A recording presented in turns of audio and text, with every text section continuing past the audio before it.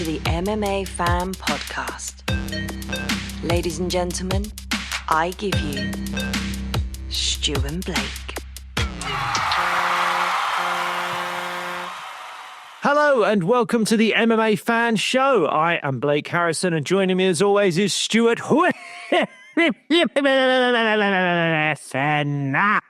I really thought, seeing as we're into December now, I thought you went into like some kind of sort of Santa there. I thought you was ho-hoing my name then. But you then just ended up freestyling into some kind of chaotic mess. I don't know what it was, but I like it. How are you? My wife has literally just popped her head through the door because she's like, "Are you okay?" She thought I was just choking. That's just how I introduce Stu's name on the show every now and again. She doesn't watch the show, so she doesn't know. Yeah, Unbelievable. no, I mean, we're literally recording, so can you please get out? Babes, they can, all the fans, the millions and millions of fans can hear you talking right now. Get out of here. Right, so there you go. A little guest spot from my wife there on the show. Yes, Listen, we are... We're here to talk 310, right? We are here to talk 310, but... We need to talk Fat Candy first. Fat Candy is freeze-dried sweets. It's a wonderful brand, and apparently they're smashing it. This is the feedback we're getting, and apparently you lot are helping. So you lot have been really supportive of the show, and by being supportive of the sponsors as well, really kind of helps to sort of bring in a few pennies. We're not retiring off of the earnings of this show, trust me. But the little bits and bobs that come retired. in. I don't think we're breaking even on this show. No, we're not. Well, we're not. I don't think we break even. But we enjoy ourselves. Exactly. We enjoy it. We're just paying to have a chat. We are paying you, the fans, so that we can talk about MMA. That is the bottom line, isn't it? Basically, yeah. So why not show your appreciation by heading over to Fat Candy, check out all their sweets. Why not check out their Pick and Mix bag? Because that's the one that gives you a little taste of everything, and then you can work out which ones you like the most, and then you can buy a bag of them ones. Yeah. So head over to Fat Candy and use the discount code. What is it, Blake Harrison? Sweet MMA. That's SWEET MMA, and you can get yourself a cheeky discount. Also, I believe that there might be a link to a buy us a coffee thing somewhere in the show notes or something like that. And you can buy us a coffee so that I can try and get a spray tan to look anywhere near the shade that Stu Whiffen looks. The sun has just started peeking through the blinds, and I've become reflective again. If you're watching this on YouTube, I'm sorry. And I could not look whiter if I tried. And you, as we discussed just before pressing record, you are a darker shade than that orange door behind you. I don't know how you've managed it. I don't know. I mean, I wish you lot could see the little tantrums he has, worried about his little transparent face before we press record. It's almost like some kind of like angelic scene. It's like I've got like a bit part in Dogma, and all of a sudden it's like Blake rises, and it's just like, oh, just about to talk to friggin' Matt Damon and Ben Affleck about some kind of stuff going on with the Lord. Yeah, I'm going to have to try and close some blinds and sort that out, because it is ridiculous. I mean, it's ridiculous. Fine, mate. It doesn't help because I've just got back from the holidays. I make you look paler. I'm sorry. Yeah, more pale? You do. Paler's not a word, is it? I don't know. I'll work with it. Tell me how you watched UFC 310, Blake Harrison. On a television. Yes. Moving on. Yeah. Moving on. No, I watched it as I normally do, recorded it the night before, and got up at about 6-ish and watched it. And throughout various intervals in the morning, the kids were getting up and I had to pause and make breakfast or, entertain them in some form. But it was a good 4 hours of MMA being on my TV on Sunday morning. So I don't think I finished at about 10:15. So it was a commitment. But I do think it was a decent card. It was good. While you say stuff, I am going to fiddle with the blinds because it's so annoying. But how did you watch 310? Well, I was working at the club on Saturday evening, and I think I got home at about 3:30 in the morning, and I thought, do you know what? My wife was away with my daughter visiting family, so I had the house to myself. So I thought, I'm going to stay up because I can have a little bit of a lay-in tomorrow. So I got it. I presumed by the time I'd get in from work that I'd probably be in time for the Ian Gary fight, which was the one that I was really, really hyped for. And I got in just as the main card started. So I watched all of it until I fell asleep just before the Cyril Gane fight, then woke back up halfway through the first round. And then basically after the Ian Gary fight, I was like, I'm going to bed now. I'm going to watch Pantoja in the morning. And I've done that and watched the prelims yesterday. But I have got to be honest, right? And I'm such a dick for doing it because we was moaning about the fact that Alessandro Pantoja is not a superstar because of that weight division, and you know, it's a very strange fight. It's this guy's first fight in the UFC, and he's been gifted a title shot, and I just thought, oh, I'm not really that fussed about it, and I went to bed, and I shouldn't have done. I shouldn't have slept on that fight, because we'll start by talking about this fight. I think, yeah, I thought Pantoja looked incredible. He really did. He looked great, and I mean, look, we didn't know what to expect from Asakura. Asakura did make weight, and he looked comfortable making the weight. There was a huge size difference between them. Like when they were face to face, like Asakura's back, Pantoja just looked like much the smaller man, but he just didn't give a shit.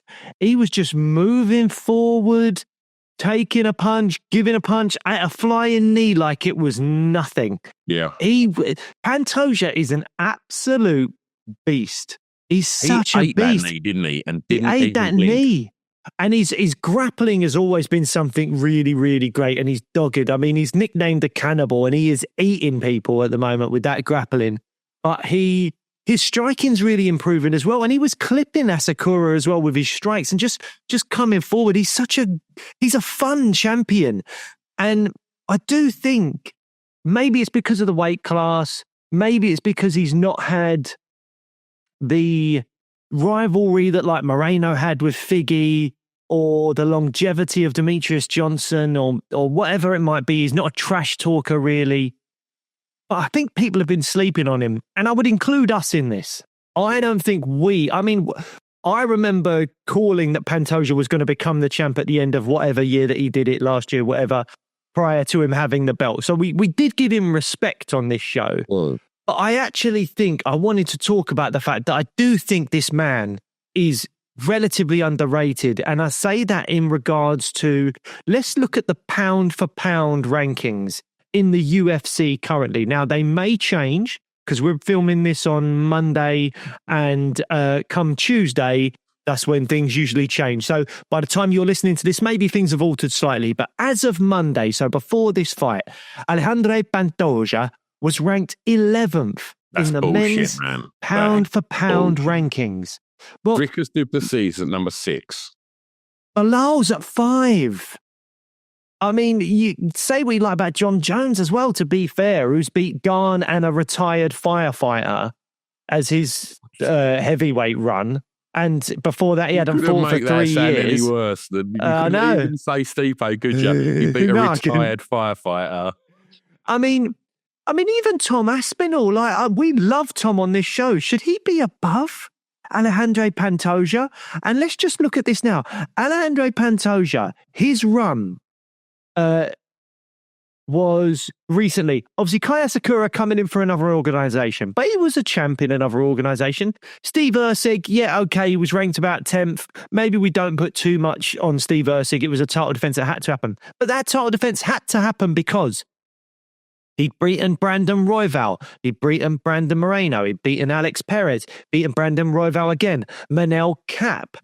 Then he does have a loss to Askar Askarov. But, I mean, he's beaten, and Moreno's in there again as another wing. He's got, all of those guys are ranked. Like, when you look at a lot of top guys that have got belts and stuff like that, they're not always beating the top ranked guys. But Royval and Moreno, where are they at the moment? And he's got what, like 4 wins over those combined? Because he's beat both of them twice. No, maybe more. Does he beat... Oh, I think he beat Moreno in a Ultimate Fighter, so maybe we don't count that. But Royval and Moreno are 1 and 2. So already he has 4 wins over the top 1 and 2 guy in the division. Alex Perez is number 6. He's got a win over him. Steve Erceg is number 8. He's got a win over him. Manel Kape, number 9. He's got a win over him. Like, that's ridiculously good. What did I just calculate? About 7 wins over top 10 opponents.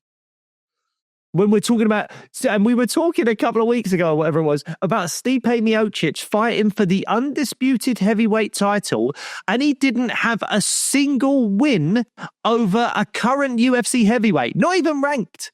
Current UFC heavyweight. And we've got a man in Alejandro Pantoja that has 7 wins over people currently in the top 10.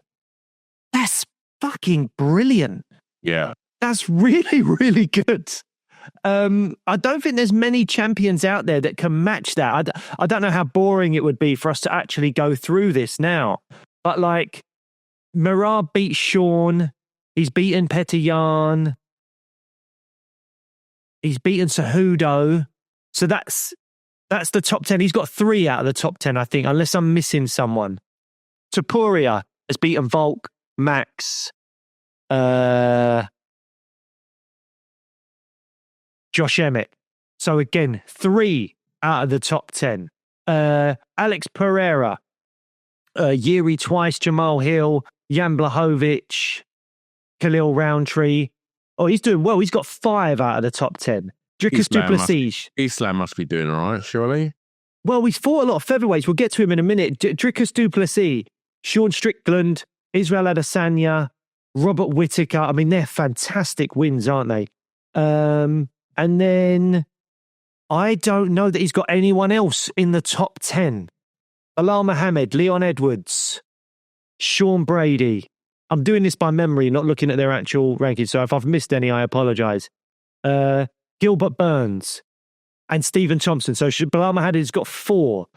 Islam Makhachev, Charles Oliveira, Dustin Poirier, Dan Hooker. Oh, he's beat Arman Sarukian very early on as well. And I think that's it. He's got 4. And then, as we said, John Jones has got Cyril Gane, and that's it.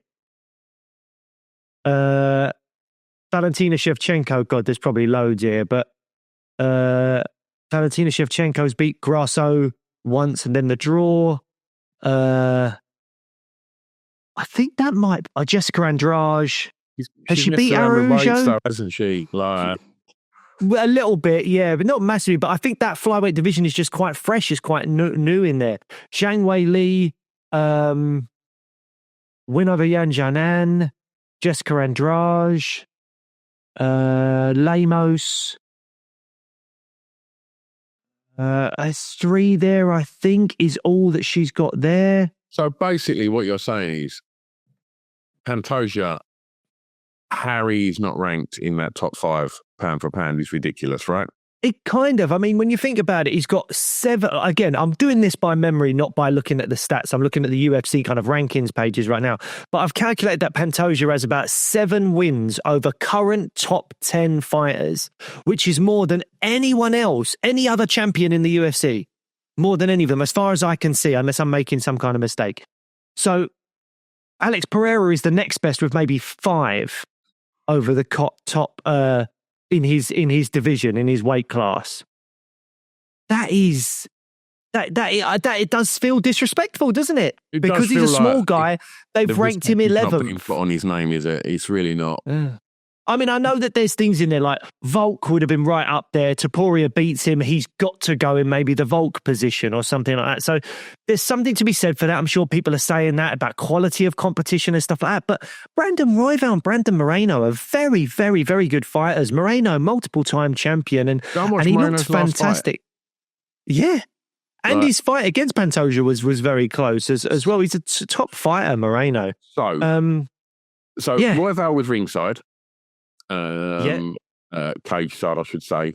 And we've just seen Moreno look arguably put in one of the best performances I think we've seen from him of recent years. And we've also just seen Pantoja put on a masterclass. Look, we've seen these fights so many times, but to be honest, after seeing Pantoja and then watching Moreno in his last fight, I'm down for it again. I sort of am down for it again, but I don't know if I want it right now. I mean, he called out Demetrius Johnson, didn't he? But Demetrius Johnson said no already. I know, but there's part of me that is just praying and hoping that that's a negotiation tactic, because I think he said, and I'm quoting here, I think he said, my black ass isn't coming out of retirement. And then I think he also put up for $2 million already. He's put out a tweet, saying that he's been offered $2 million. So that's it. But the little part of my brain, maybe it's the hopeful, naive part of my brain, goes, well, if he is putting out the figures, then is he saying, I was offered $2 million? Yeah, I'm assuming from one championship, and I turned that down, so why would I bother? But maybe he's saying, there you go, UFC. If I'm not fighting for $2 million, maybe I'd fight for $3 million. Do you think the UFC would offer Demetrius Johnson $3 million? I mean, most fans of the UFC, most casual fans of the UFC probably don't know who he is. And so basically, as more passionate followers of the sport, we all know that, I've said on this show, I think he's pound for pound the greatest. And I think, I just think, okay, so look, they get this legend of the sport back in, but you don't really, when they talk about the greats, the UFC, and Demetrius Johnson doesn't really seem to feature in much stuff. I think because he left and he carried on fighting outside of the organisation, maybe that's... Well, they swapped him. It was their choice. They swapped him for Ben Askren. But do you think that, fuck's sake, like... well, I mean, maybe they're just embarrassed at that and they're just thinking...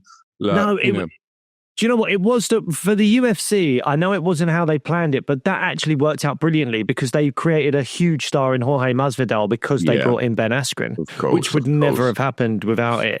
So that I think everyone won in that trade, but Demetrius Johnson to me is the fight that would get me so excited, and I'd really want to see it. And because you've seen how good Demetrius Johnson was, right? You've seen how good he was, right? You've seen what he's achieved in the sport, and you're also completely engaged with how good and exciting Pantoja is. Now, if you make that fight, that's headlining a card, and I just don't think the UFC will pay that sort of money, because if they're going to pay Demetrius Johnson $3 million, what are they going to pay Pantoja? And it's like, and does that sell tickets? I don't think it does. I think, your more passionate fans will be so hyped for it, but your casuals, I don't think they're going to care. Right. So I mean, what happens then? Do you think they make the Moreno fight next, or do you think Moreno and Royval need to fight each other? Possibly. Possibly. They've already fought each other, haven't they? Mm-hmm. Am I making that up? Remind me, has Pantoja fought Cara France? I don't think he has, and that was going to be my next question, because I think Kai is coming off a win. Yeah, so Moreno and Royval fought this year, back in February, and it was a close split decision, but Royval won it. I don't mind them making that fight again, see who should fight Pantoja, because both Royval and Moreno have obviously got multiple losses now to Pantoja, and I believe Royval's last one was where he was quite dominated from what I remember. Amir Albazi is ranked third, but he's coming off the loss to Moreno in the last fight. Of course, Kakabas beat Usyk, didn't he? Yes, he did. Tatsuro Taira is coming off the loss to Brandon Royval, so that can't happen. Alex Perez has lost. He's not done much recently. And then you down to Asu Alambayev. I mean, I'm not going to lie to you. I can't think of who that is right now. Steve Ursig and Manel Kape have got losses. Not just recently, but also to Pantoja. So if Kai Kara France is coming off a win, just to freshen things up a bit, I I actually think I'd like to see that fight, because as much as maybe you could argue that Moreno or Royval are the ones that deserve it slightly more, I just don't want to see fresh matchups. I do. I want to see. I want to see fresh people going for the belt, and he's always in fun fights.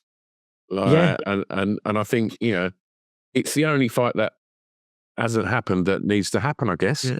And he's coming off a round 1 KO of Steve Erceg, who did very well in his fight with Pantoja. Mm-hmm. Before that, he had that very controversial split decision loss to Amir Albazi that a lot of people thought he won. I thought France won that fight. Yeah, so I think if you're the UFC, you can turn the narrative in your favor a little bit and go, look, he lost a split decision that a lot of people thought he won. Mm-hmm. And then he's just knocked out Steve Erceg, who gave Pantoja a really tough fight earlier in the year or whatever it was. So that, to me, says this guy could be worthy of a title shot because the others have lost to him twice each. So that maybe does make a bit more sense. Yeah, I think that maybe makes more sense. I would give it to Kai. I know he's only on a 1-fight win streak technically, but that's just the way the division is played out. If you can't get DJ back, which obviously would be incredibly tough, if you can't get DJ back, give it to Kai, have Moreno fight Royval, and the winner of that fight goes and fights Pantoja. I think we do something like that. But if it's Royval, just the way he was beat last time, I remember it being quite dominant. So I'm not overly bothered about seeing that again. It's really tricky for Pantoja because he probably wants to be an active, great champion. As we've mentioned before, he's 34. He's getting on a bit for those lower weight classes. He needs to rack up wins to, get as much money as he can in this short window of time that fighters have. And a lot of people will be going, oh, you're fighting him again. They're not excited about it. So I don't know. But I do think Moreno fight would interest me more than a Royval fight because their fight was at least very, very, very close. Yeah. But yes, tricky spot for Pantoja to be in. Before we move on to the Gary fight, so Asakaru, do we think? I mean, he's obviously signed a contract now with the UFC, and we've not really sort of spoke about his performance. Now, you touched upon it briefly on the pre-show that you're stepping into a completely new world here. You've moved to the UFC. Yes, he's fought in front of big crowds, but how fighters deal with pressure and things like that. He didn't seem overwhelmed by it all. And what I will say, right, I thought like his fight style looked super exciting. Like their knees were fucking excellent to watch. Unfortunately, they landed on the chin of Pantoja, who didn't feel them. And you heard his shots. When his shots were landing, it was like, this lad hits hard. And we've seen that in the highlight reel from his Ryzen fights. So I think that he could be a welcome addition to that top 10. And I think there's fun fights to be had for him. Give him Steve Erceg. They like to stand and bang. Yeah. That could be a really exciting fight. Manel Cap as well. That could be a fun fight. He's got a loss to Manel Cap in Ryzen, I think. Right. So he might want to get that back. Tatsuro Taira, Japan v Japan, could be interesting, but I think Taira will probably try and grapple the hell out of him a bit like what Pantoja did. But there's certainly fun fights in there for Asakura. And he just looks really big for the weight class. And as you say, he seemed to make weight fine. So keep him at flyweight, see what he does, give him someone in the top 10 where it could be a fun fight, someone coming off a loss as well, so that someone gets back on track. And then we just see where we're at with him and if he can make a run for the belt. And yeah, we you never know. I mean, flyweight looked great. We're going to maybe talk briefly about this later, but I tell you what, keep an eye out for Josh Van, because his fight with Cody Durden on this card was fantastic. He's going to be ranked in the top 15. He's only 23 years old and he looked great. Now, I wouldn't want to fast track him too much, but in a division that is short of maybe some fresh contenders, keep an eye out for Josh Van and we'll see kind of what his development is like, because he is very young. He's only going to improve, but he looked really great and really pieced up Cody Durden, but we'll get to that maybe properly a bit later on. Do you want to move on to Gary Shavkat? Yeah. Great fight. It was a really good high-level fight, but was it everything you dreamed of? Well, it wasn't the result I wanted. Yeah. But I think what we saw was anybody that doubted Ian Gary's ground game and takedown defense, you know, eat your words, because I thought he very much held his own. I agree. With Shavkat. Ian Gary said afterwards, you know, I sort of don't quote me on this, I sort of humanized him, and you know, he was the boogeyman of the division. Absolutely. I think there's other fighters in that division that are not that scared of Shavkat now. I don't think that he looked like a monster. It sounds really weird, right? Yes, he's probably going to get a shot now. Obviously, they had the little face-off afterwards, but I think Ian Gary done all right out of this fight. I think. Oh yeah. I think he held his own. He took that fight on short notice against the guy that no one wanted to fight, and he didn't look out of his depth at all. At times, he looked like he was like controlling the fight. Yeah, I think this for me. I think this really helps Ian.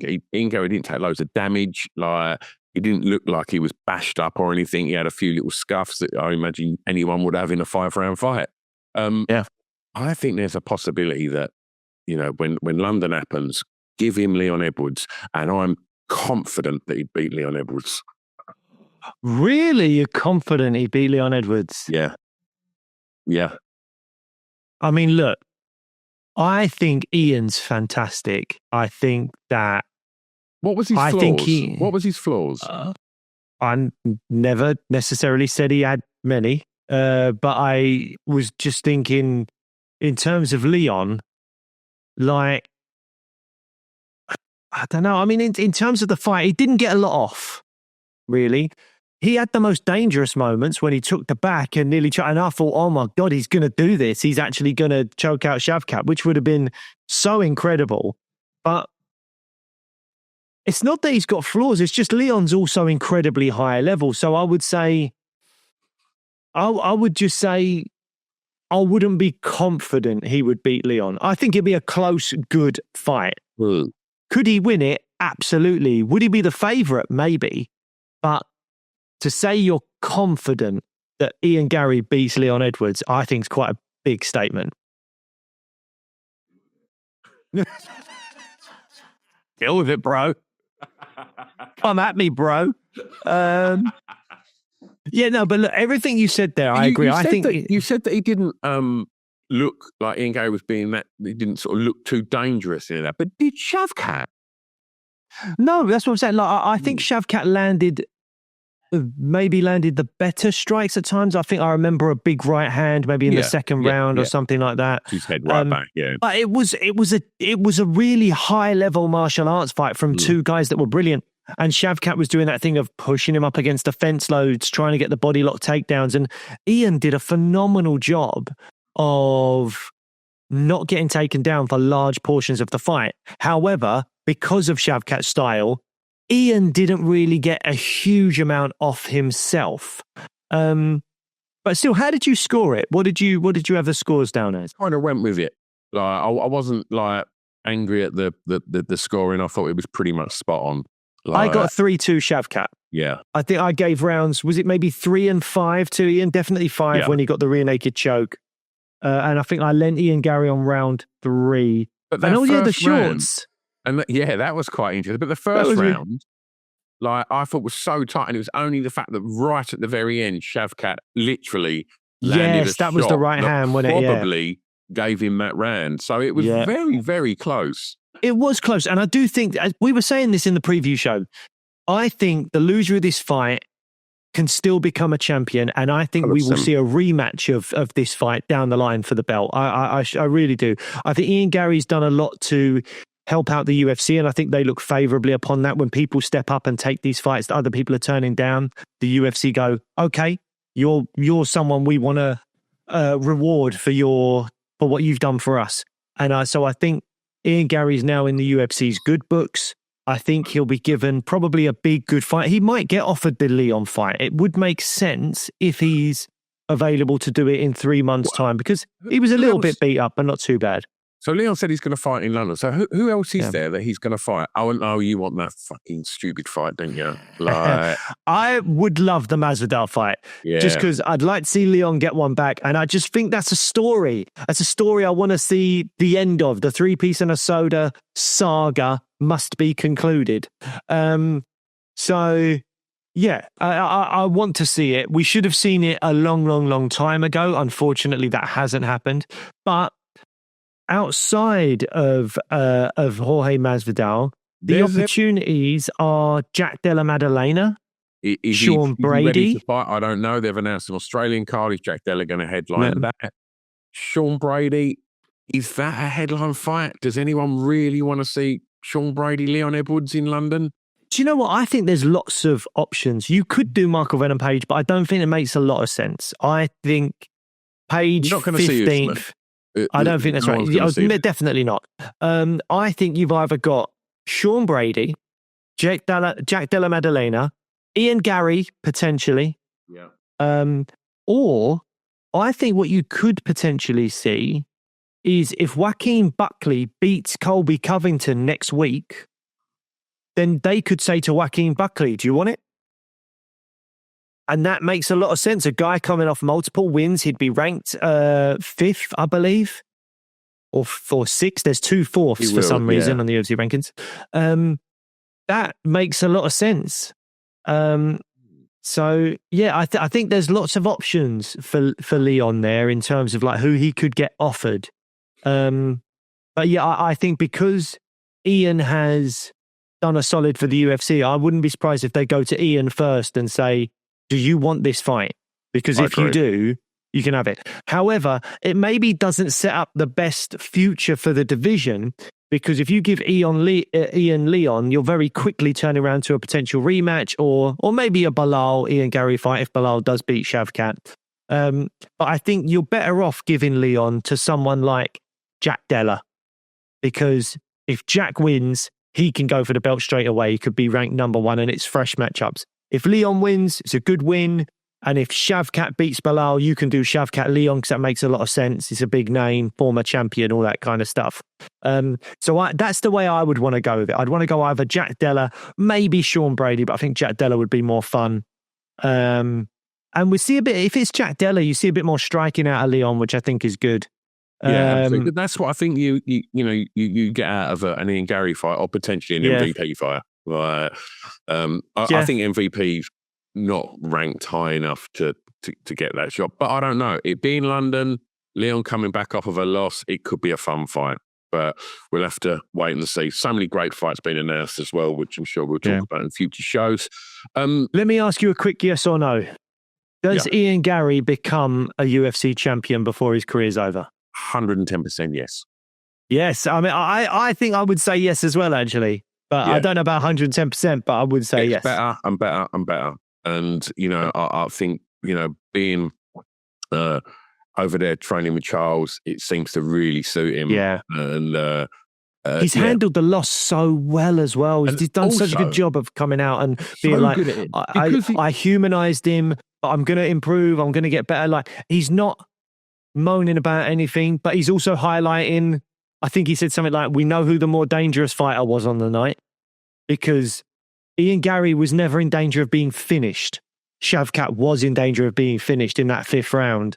Let me ask you a question, right? Go on. Who in that top 10, who do you think has got the potential to be a bigger superstar in that division than Ian Gary? Who's the most marketable? Who talks the best game? Who's young, exciting, fresh, like always like looks solid in that division that is marketable more than Ian Gary? I mean, if you're going top 10, I'd have to say no one. I'd have to say it's There Ian you Gary. go. Sean Brady's not as good at the chat. Rachmanov's not as good at the chat. Obviously, it's very difficult when you're talking about someone who's English as a second language or whatever. I mean, Colby, there's not even any point talking about Colby. Gilbert Burns isn't quite there anymore. He never gets a belt. Joaquin Buckley could be interesting if he pulls out some good finishes, but he wouldn't be at the level of Ian Gary on the mic and stuff, I don't think. If you move past the top 10... Keep going. You won't find one. Michael, Venom Page would be. Oh, outside if you the could top get in 10. there. Yeah, I guess if you're so. outside the top 10, Venom Page would be, because he's got such an interesting style and he does all the fun stuff as well. But he is getting on a bit, Venom Page. So, yeah, no, you're right. He's got the potential to be the biggest star in that division out of the current ranked fighters for me. I and he's think you're divisive. Right. People don't like him. He's divisive, yeah. But having said that, he does sometimes put on performances that people don't like the Michael Venom Page fight. So there's maybe fighters like Carlos Prates and people like that who are knocking people out that maybe people would gravitate more towards. I don't know. Because obviously you've got to remember, it's not just the UK and Ireland. It's a global sport. And, when you look at someone like Alex Pereira, who, he's got really cool, fun moments with the Shama and all that kind of stuff. But his main thing is, I'll just knock everyone out. Do you know what? When they've done the crowd cam and everyone's doing that like stuff, and then it just cuts to Pereira and he just goes, come on. It looks so cool, man. He is so cool. Well, look, we've spoken a lot about Ian Gary. We've spoken a bit about Leon Edwards. Not really spoken much about Shavkat. As much as Ian, quote unquote, kind of humanized him, Shavkat still got the job done. He won. He's now, 19-0? And other than Ian Gary, it's all finishes.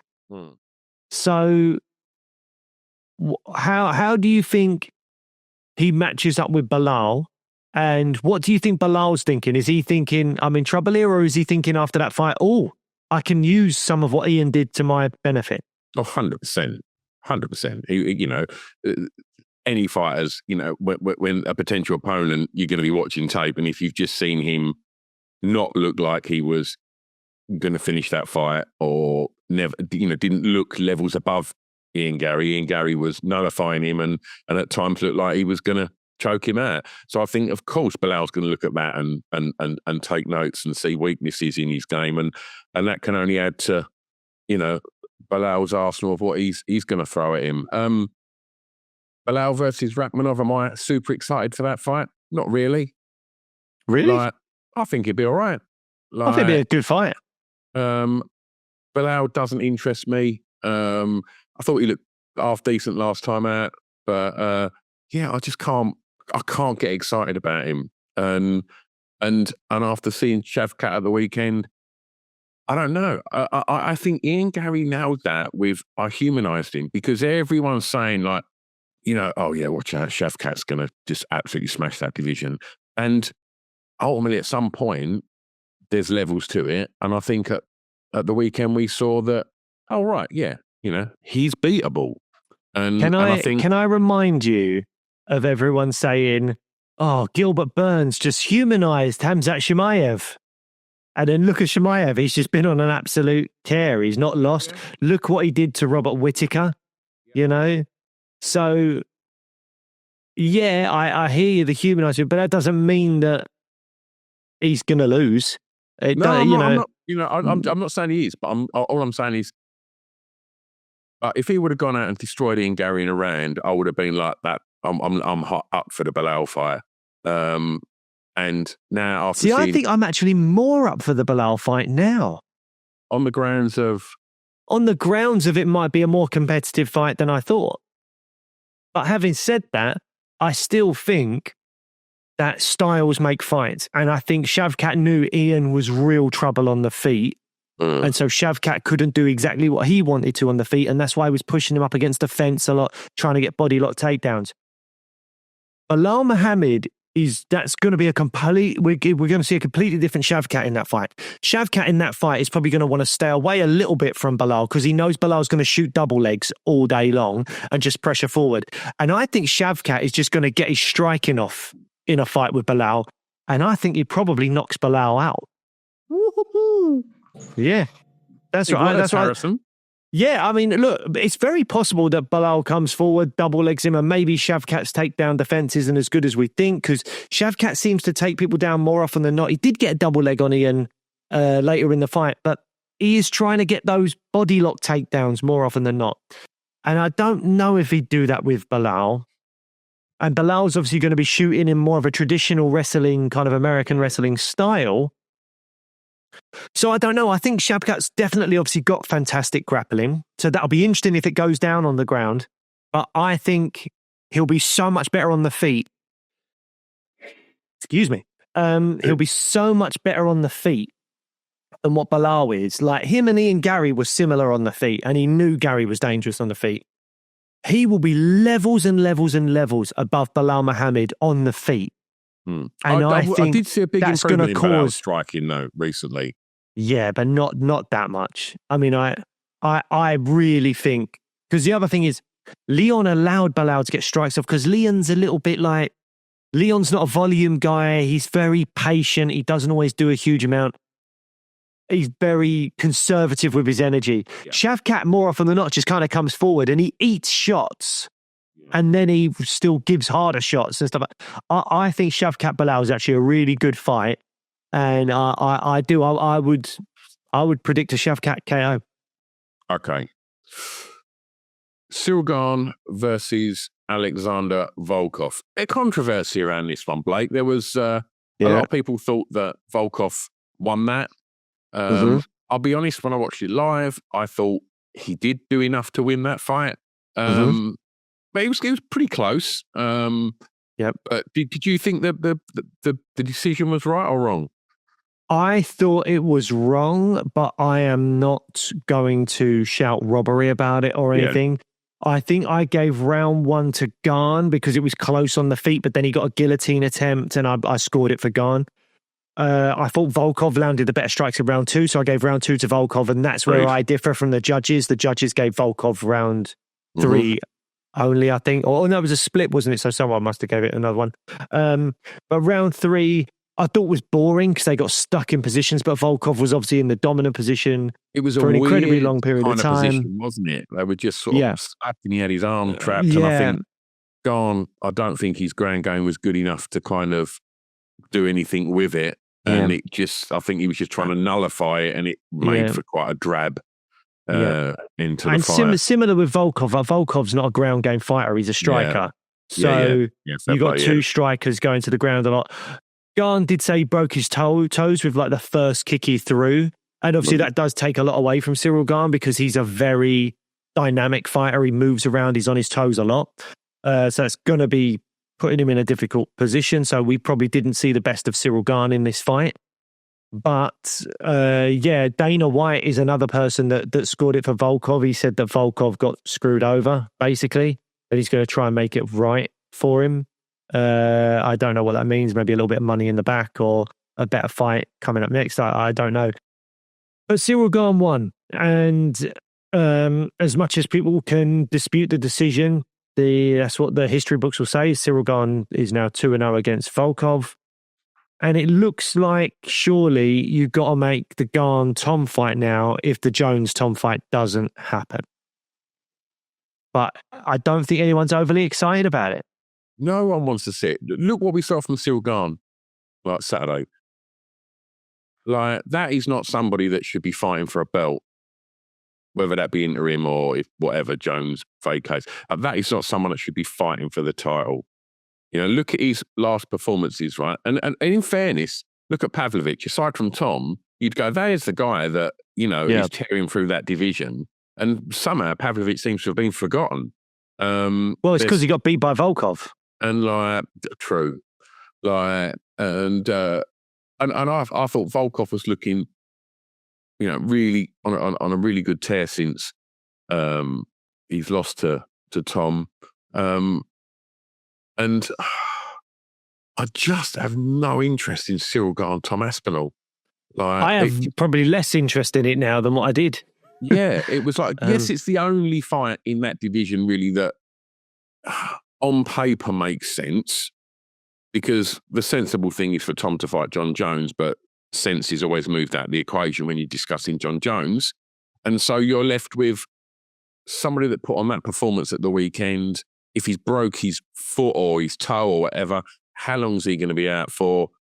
Does that mean that that stops Tom from fighting again for ages? And because basically Garn is now in line to fight for the interim belt or whatever belt it's going to be.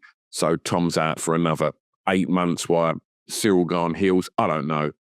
Just fucking hell, John Jones just fight Tom Aspinall. Let's just fucking get it sorted and stop leaving us looking at the scraps that are available for Tom Aspinall, because there's nothing in that box of scraps that's exciting. It's a shame for Tom, isn't it? Because if the Jones fight doesn't happen, nothing wrong.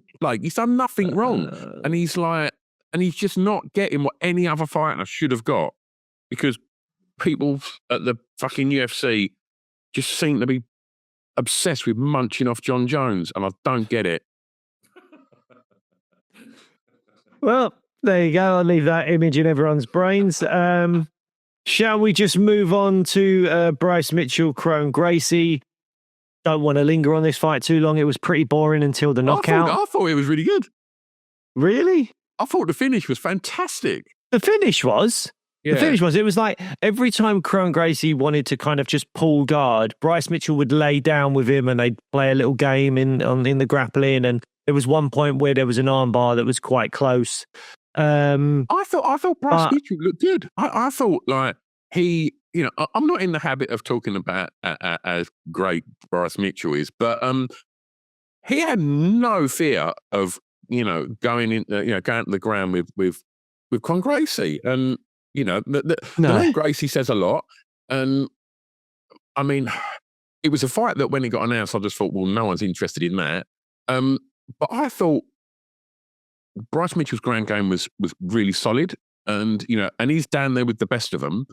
But the way that he just got his hand, on the front of Kron Gracie when he slammed him and just slammed his head into the floor of the octagon, and then just smashed them elbows in.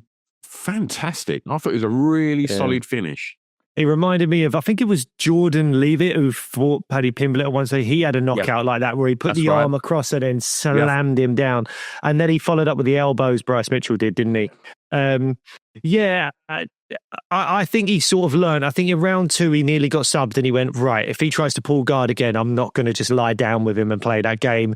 And he slammed him down. And that was it. Game over. Well, Kron Gracie, go on. No, go on. Sorry. No, Kron Gracie's now on a 3-fight losing streak in the UFC. I'd be quite happy for him to take a step back. I don't need to see him fight in the UFC again. I've not been overly excited by his performances. I'm been more than happy for him to go to a more regional organisation for a little bit and then maybe come back to the UFC.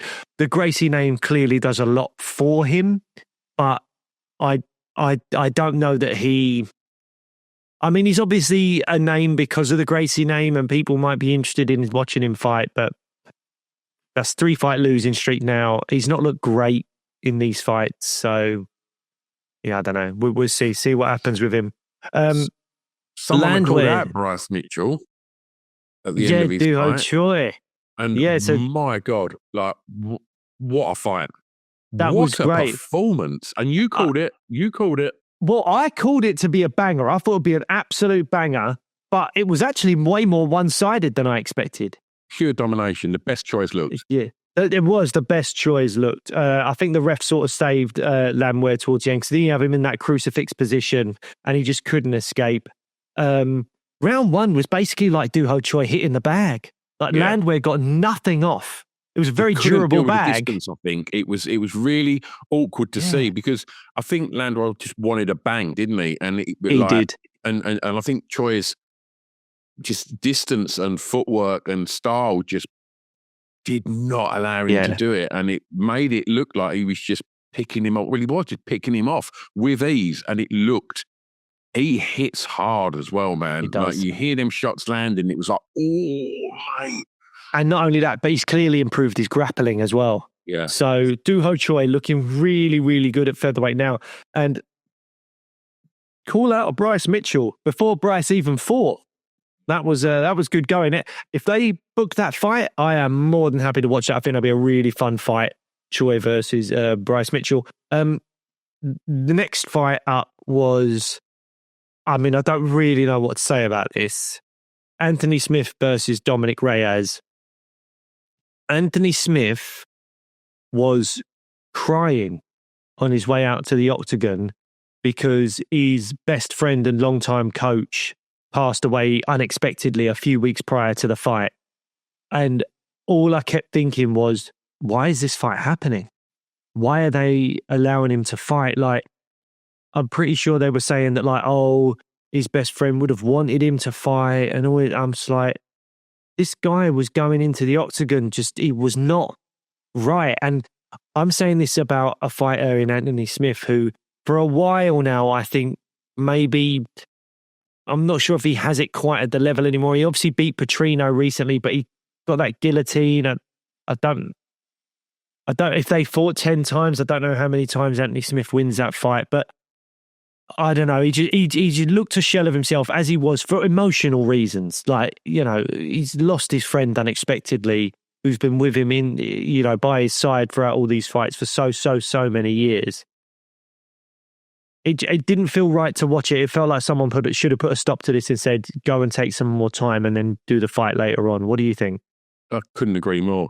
Like, if your fighter is crying on the way to the octagon, like, your corner should be going, look, dude, this is wrong. Like, what's going on here? Like, it shouldn't have got to that point. It should have been called when your coach and your best mate dies and you're dealing with grief and things like that. But, in them 2 weeks leading up to the fight, that's weight cut time. That's like when everything must be emotionally so zapping. And as an athlete, you need to be, in that, giving it the best possible opportunity to reach that level that you have to be to fight. And if you're consumed with grief, like, it's not going to happen. And you were very kind about the way you framed it, but Anthony Smith has, for the last God knows how many fights, has not been the Anthony Smith that we used to watch years ago. Like, his time's done. Like, I think in the UFC, certainly at the level that he's been given fights, I think he's obviously got a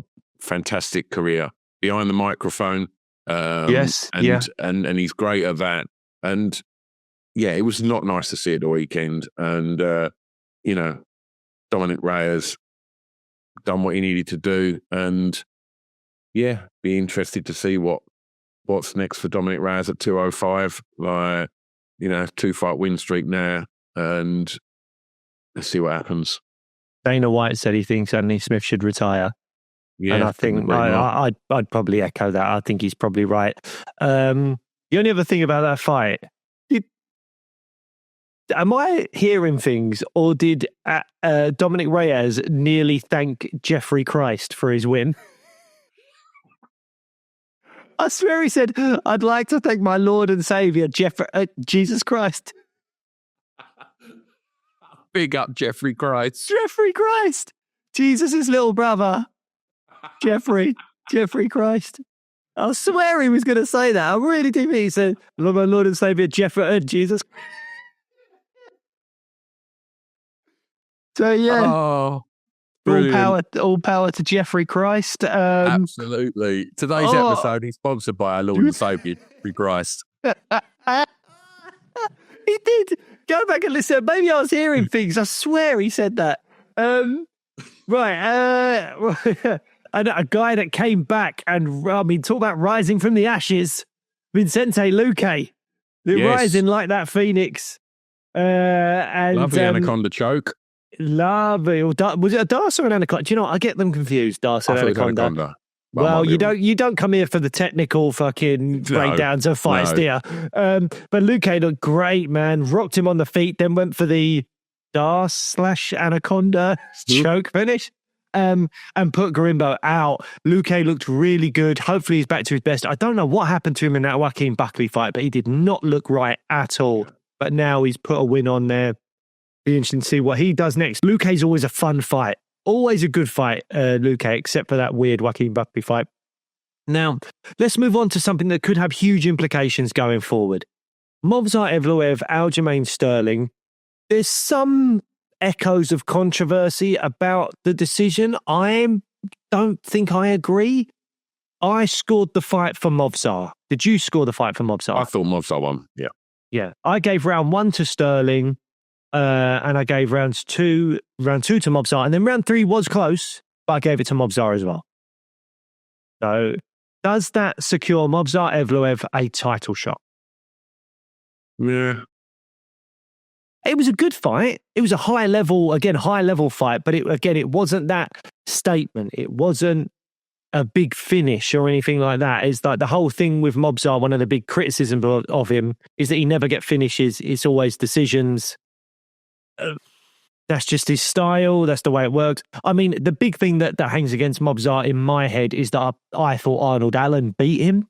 Yeah, there was more of a case for the scorecards being a little wrong on the Allen fight than there was Sterling. 100%. 100%. I mean, if your wins are that tight, I don't know. And obviously the UFC are not a fan of him, no. Or Sterling, because we spoke about that, where this was on the card, which is crazy. But I mean, is he that big a name that they're going to give him to Ilya? I mean, Ilya's talking about Volk, saying that Volk's he's earned his shot and he's next. Are we going to see that? I don't know. Fans are really behind Diego Lopez, even though Lopez has a loss to Movsar Evloev, but fans are really behind him. And I love Diego Lopez as well. Yeah. I do think Movsar is the right guy to get the shot. There's part of me that doesn't want to... Volk? You don't think Volk deserves that rematch? He does deserve it. He 100% deserves the shot. Volkanovski... Take out more than that you don't want to see it. Yeah.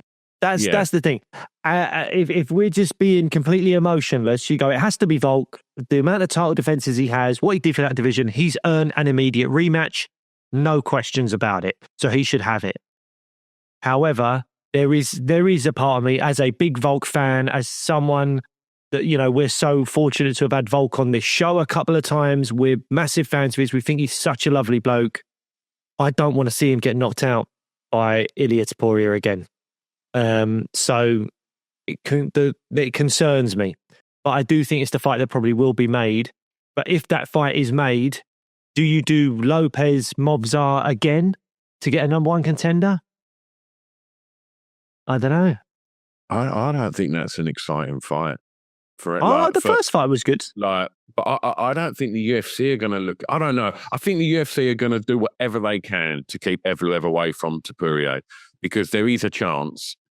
His ground game is fantastic, and there is a chance that he could tie up Topuria. And what you don't want at the moment is somebody taking that belt from Ilia Topuria, because he is a superstar, in the making. His fight style is so fucking exciting. And look what he done to Max Holloway. Look what he done to Volkanovski. That guy is an absolute terror. Can you imagine if, the champ is Evloev? How fucking boring that is. Yeah, I mean, having said that, the Arnold Allen fight was a good fight. The Lopez fight was a good fight. This fight was a good fight. They're decisions, and they're not big knockouts or big wars. Where's your highlight reel when you're selling this fight? I hear you. I do hear you. But he's not as boring as I think he's being made out to be. But as you say, he's not got that one big moment that you can hang a title shot on, I guess. He grinds out wins. And his record is his record, and you can't argue with that. Undefeated. And again, another undefeated title fight would be great marketing as well. Ilia Topuria, Movsar Evloev. And I tell you what, Topuria has been the... he's been the one the fans least want. He's been the heel. He's been, everyone wants to see Volk win, Topuria won. Everyone wanted to see Max win, Topuria won. You could make Topuria a bit of a fan favourite here and give him Movsar, because no one will want Movsar to win. I think he's a fan favourite already. Unfortunately, as you said, he's fought the 2 most loved fighters in the UFC. Yeah. And that's unfortunate. But they're also 2 of the best fighters in the UFC, and he destroyed them both. And I think it's like, look at him. Like, he's a handsome bastard and he's got one of the best highlight reels. Like, he's got so much to offer.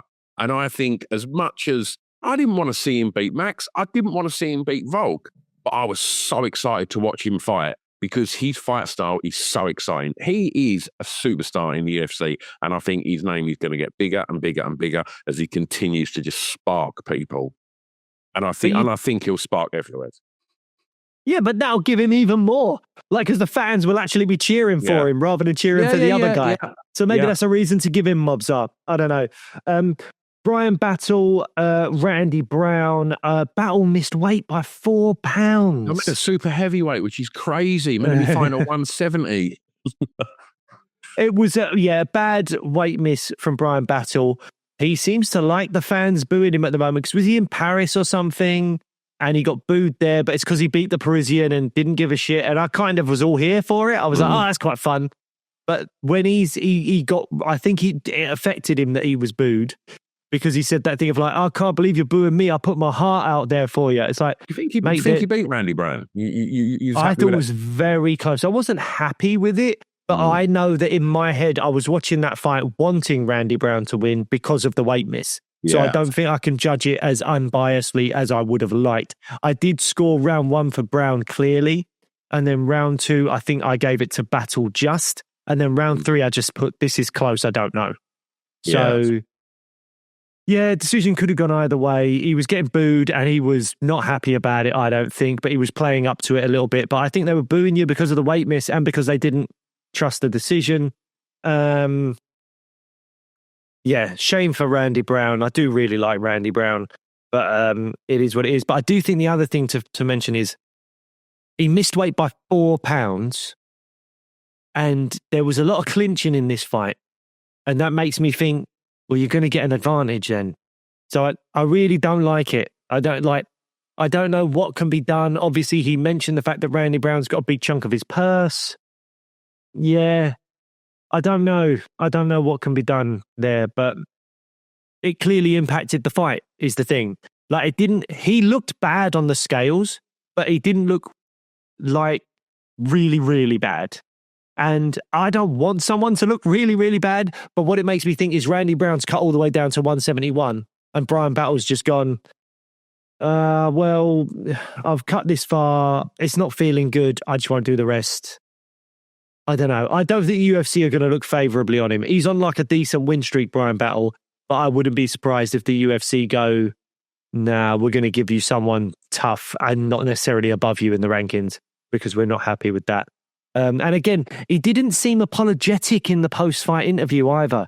He said basically like, he's got things that he needed to work on, didn't he? He didn't really say, he said that he'd given a big chunk of his purse to Randy Brown. But he didn't say sorry. That's the fucking deal, mate. Like, I don't remember him saying sorry, though. No, and that's the big... I just think... I know you can't judge everyone by how you would act. But I know if that was me, I'd be like, I am so sorry for doing this. It won't happen again. All those things. But whatever. It is what it is. Brian Battle wins. I don't know if there's much else you want to talk about. I did mention Josh Van, Cody Durden earlier because it was a fantastic fight. Durden's chin was unreal. He was smashed about all over the place and he just kept on coming. Like that guy's chin is insane. But Josh Van, 23 years of age, great boxing, should have got the KO finish if it weren't for Durden having just an unreal chin. Looked really good. Really good. Josh Van is someone to look out for and that fight was a very, very good fight. There obviously were big names on the card. Michael Chiesa winning against Max Griffin looked good, getting a rear naked choke. Chase Hooper submitting Clay Guida by armbar. Dana White said he thinks Clay Guida should retire. Kennedy Nzechukwu versus Brzezinski got a KO win there. And then there was the Chris Weidman versus Anders fight where Anders threw an illegal knee. Didn't really get punished much for it, but it landed. And then... Anders in round 2 got Chris down, huge ground and pound, and that's another guy that Dana White said he thinks should retire. I think it was Chris Weidman. Any of those you got any thoughts on or want to talk about? I thought Chase Hooper. I thought that finish was fantastic. I have no interest in Eric Anders or Chris Weidman whatsoever. That fight does nothing for me. Yeah. I thought Van looked really exciting. Be good to see what comes from there. Chiesa done what Chiesa does. Am I excited to see him on a card? Not massively, but yeah, it's a good name to have on a prelim. And apart from that, I'm sure we'll discuss about some of the other fights that got announced over the weekend, maybe on next week's show, because there were some huge fights announced. And yes. And 311 is looking absolutely stacked. Yeah. 311 looks fantastic. Absolutely. And that was the last pay-per-view of the year, wasn't it? Well, I think that this weekend's card, I think, in America. Yes. So maybe next week we can talk a little bit about some of the news. 311. I believe it's Covington versus Buckley next week as well. So we can talk a little bit about the aftermath of that. And 311, and the fact that Dricus is fighting Sean at 312, Sean Strickland. So maybe we'll talk about any news that's going on and the Buckley Covington fight and all that kind of stuff. By all means, throw some questions at us. We might be able to answer them as well. And then later on in the year, or / the very start of 2025, we will do our Champions Predictions episode. So I need to start doing my research, listen to the 2-hour saga that was last year's episode, and work out who got what right, and then we'll make our new predictions for next year as well. Absolutely. In the meantime, go treat yourselves or your kids or your mum and dad to some Fat Candy for Christmas. Head over to Fat Candy's website. They'll be tagged in our posts on the socials if you're struggling to find it, and use that discount code SWEETMMA. Thanks ever so much for supporting the show and listening to the show. We've spoken about lots of fighters today. So many of them have been guests on this show. So if you just stumbled onto this show because you wanted to catch some of the news from the weekend, yes, we like to do pre and post fight shows, but also we do long form interviews with all your favourite fighters. So go and have a look in the archives, because there's well over 100 episodes with some fantastic interviews with some of the biggest names in this sport. Other than that, we'll see you next time. Bye.